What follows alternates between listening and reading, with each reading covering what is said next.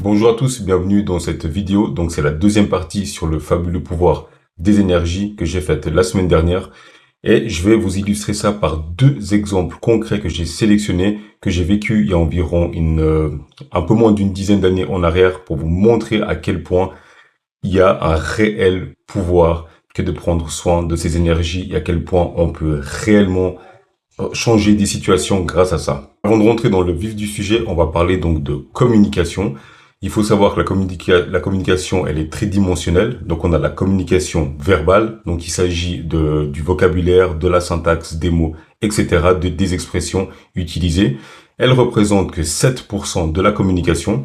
Ensuite, on a la communication non verbale. Donc, il s'agit des gestes, de la posture, des mimiques, etc.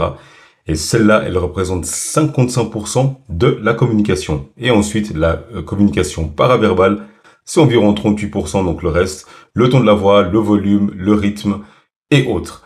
Donc tout ça pour dire que mes mots ne signifient pratiquement rien. Le message, il est pas du tout capté par l'interlocuteur juste avec les mots. Et tout ça constitue des énergies. J'envoie donc un son, c'est une énergie que j'envoie. Quand je bouge, je me mouvoie. C'est des énergies et le paraverbal également. Où est-ce que je veux en venir avec tout ça? C'est que plus vous prenez soin de vos énergies, donc on a vu quelques exemples dans la vidéo précédente, et plus votre paraverbal et votre non-verbal sera beaucoup plus puissant parce que vous aurez des fréquences, une énergie, une fréquence vibratoire beaucoup plus élevée que le contraire. Maintenant, un petit exemple concret. Quand il y a quelque chose de difficile qui nous arrive dans la vie, une mauvaise expérience, donc on peut choisir de la nourrir de manière négative, ou alors simplement de la laisser être là, de s'exprimer, de la laisser passer, et en tout cas pas de réagir de manière excessive ou négative sur telle ou telle chose. Quelle est la différence? C'est-à-dire que le fait de penser négativement, de ressasser quelque chose par rapport à une situation qui est négative, ça va en tout cas pas améliorer la situation. Mais là aussi, d'avoir des pensées positives ou alors simplement de ne pas avoir forcément de ressenti dessus, cet élément-là non plus ne va pas régler la situation. En revanche, il va y avoir une énorme différence au niveau de la disponibilité et de l'investissement énergétique que vous aurez. Voyez votre énergie, votre capital énergétique comme de l'argent. Soit vous décidez en fait de l'investir correctement et en faire des choses qui vont en fait vous apporter quelque chose, ou soit vous pouvez décider de mal l'investir et puis finalement de perdre. Je dirais que c'est à peu près la même chose. C'est comme si on a ce capital énergétique, où est-ce qu'on l'investit? Dans la négativité ou alors plutôt dans la positivité ou dans la résolution de problèmes en tout cas. Et maintenant parlons des expériences et deux expériences que j'ai vécues où réellement, mon énergie a fait absolument toute la différence. Il y a environ une dizaine d'années en arrière, j'avais un appartement. C'est un appartement qui était subventionné par l'État. Ma mère ayant quitté en fait l'appartement, on a changé les noms et ils n'ont pas voulu me laisser dedans. J'étais encore aux études et j'avais fait une demande pour renouveler le bail pour pouvoir en fait rester. Ils n'ont pas voulu, ils m'ont dit que non, que j'avais 6 mois pour changer en fait, pour trouver autre chose. Et moi, je me suis dit, non, mais c'est bon, tranquille. Et environ 20 jours avant, 20 ou 30 jours avant, j'ai envoyé une lettre à la commune en me disant que j'avais pas de solution et que s'ils pouvaient simplement recourir en fait le bail au moins de quelques mois.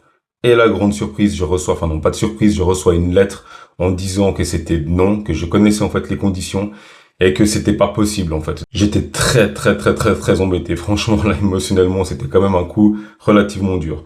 Finalement, ce que j'ai fait, c'est que j'ai pris rendez-vous avec la commune et j'ai obtenu un rendez-vous pour justement parler de ce cas. Donc, il faut savoir que la personne qui était en charge, qui était à la direction de tout ce qui était mobilier à cette époque-là, il s'appelait Monsieur Cornu. Voilà. Ceci peut-être explique cela, j'en sais rien, mais en tout cas, il était extrêmement rigide. Il voulait pratiquement rien savoir. Même limite, le rendez-vous que j'ai obtenu, j'ai dû pratiquement insister pour pouvoir l'obtenir. Finalement, donc j'ai rendez-vous avec ce monsieur, on se voit avec sa secrétaire, je discute, je plaide ma cause. Je plaide ma cause, on reste un bon moment en échange. Au final, il arrive et puis il me donne une lettre, j'ouvre la lettre. La lettre, elle était datée du jour de ce jour-là où j'étais en train de plaider ma cause, où c'était indiqué clairement qu'il n'entrait pas en matière pour une reconduction de bail. Et en fait, il me donne cette lettre puis il me dit, mais monsieur Gomez, vous avez, enfin, vos arguments, la manière dont vous avez argumenté, etc. Honnêtement, pour moi, c'était sûr et certain que ça allait être non. En plus, on avait déjà commencé, on avait commandé les travaux pour refaire l'appartement. Et pour moi, c'était sûr et certain.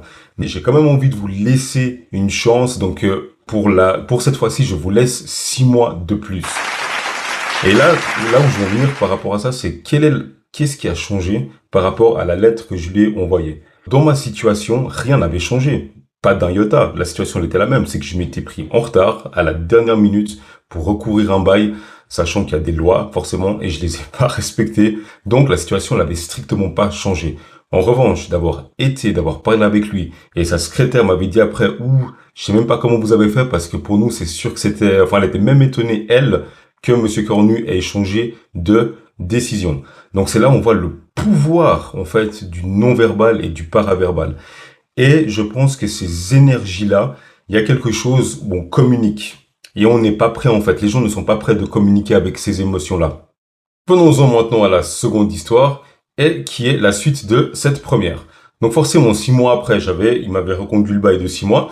6 mois après, je n'avais toujours pas de solution. Étant étudiant, j'avais très peu d'argent, je travaillais dans une boîte de sécurité, et j'étais relativement très embêté. Donc forcément, les régies, ça fonctionnait pas. Donc j'envoyais des lettres, etc., machin, pour trouver des appartements et tout. Bref, j'avais ma mère, heureusement, qui était là, qui était en backup et qui s'était proposé de se mettre garante. Donc c'était un plus.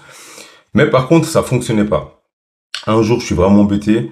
Et là, je me dis, il y avait un appartement. Et je me suis dit, je vais aller, je postule et puis on verra bien. L'appartement, je l'avais pas visité. Mais bon, je me suis dit, on est en Suisse, les appartements, normalement, les standings, ils sont bons. Allez, j'y vais à la one again. Et en fait, je décide, je vais à la régie, je rentre. Je me rappelle, il y avait 2 dames qui étaient là. Oui, bonjour monsieur, etc. C'est pour un appartement. Et là, je leur dis, écoutez, je suis dans la mouise. Je dois quitter mon appartement. Là, j'avais peut-être 2 mois. Et je suis vraiment très embêté parce que je trouve rien.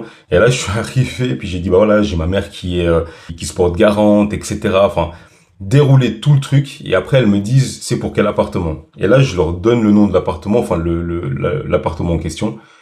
Et là, le ciel qui me retombe sur la tête une deuxième fois, elles me disent, mais vous l'avez visité, cet appartement? J'ai dit, oui, oui, bien sûr, bah, forcément, bien sûr que je l'ai visité. Et là, elle me dit, ah, vous êtes très fort parce que les visites, elles commencent demain.